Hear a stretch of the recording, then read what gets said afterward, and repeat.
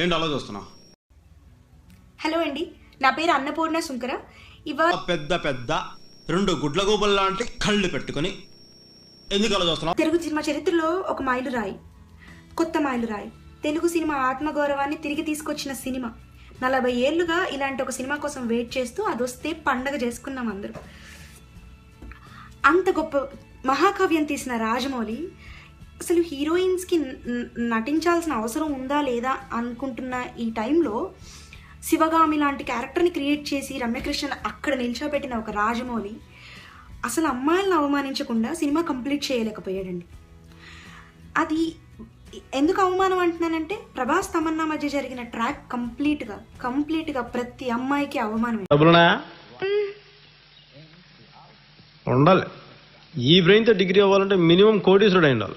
Locations ఉండాలేమో, కథకి సంబంధం లేని బట్టలు వేసుకోవాలేమో, ఇలా అన్ని అలవాటు పడిపోయాము. అలా అలవాటు పడిపోయి ఆ రోజు ఆ సీన్ చూసినా బాధేసింది. కానీ దానికి ఓవర్ ఎక్స్ప్రెషన్ ఇప్పుడు కాదండి, మనం సినిమా చూసే విధానం మారిస్తే వాళ్ళకు కూడా సినిమాలు తీయాలన్న ధైర్యం వస్తుంది.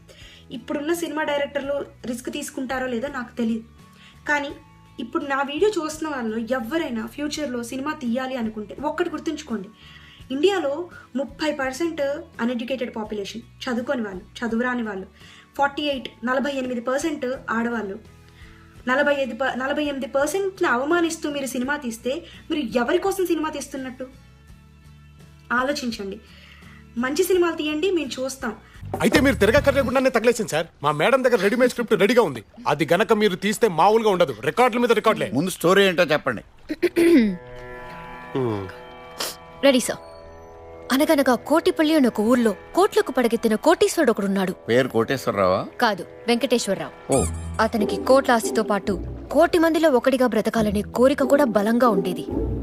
దాంతో తన ఆస్తులు కరిగించి హాస్పిటల్స్, అనాథాశ్రమాలు, మరుగుదొడ్లు, గుళ్ళు, బళ్ళు, రోడ్లు, చెరువులు అన్నీ కట్టించి చివరికి చేతిలో చిల్లిగవ్వ లేకుండా చిరికిన బట్టలతో పూరి గుడిసెకి షిఫ్ట్ అయిపోయాడు. ఇది కథ కాదు, వ్యధ. అంతేకాదు సార్, ఈ స్టోరీకి నా దగ్గర అదిరిపోయే టైటిల్ కూడా ఉంది. ఏంటో అది? కృషి ఉంటే మనుషులు ఋషులవుతారు. అయ్యే ఏం పీకుతారు? వాళ్ళలాగా అడుక్కు తింటారు. ఈ కథను సినిమా తీస్తే వాడు అడుక్కోవడం కాదు, నేను అడుక్కోవాలి.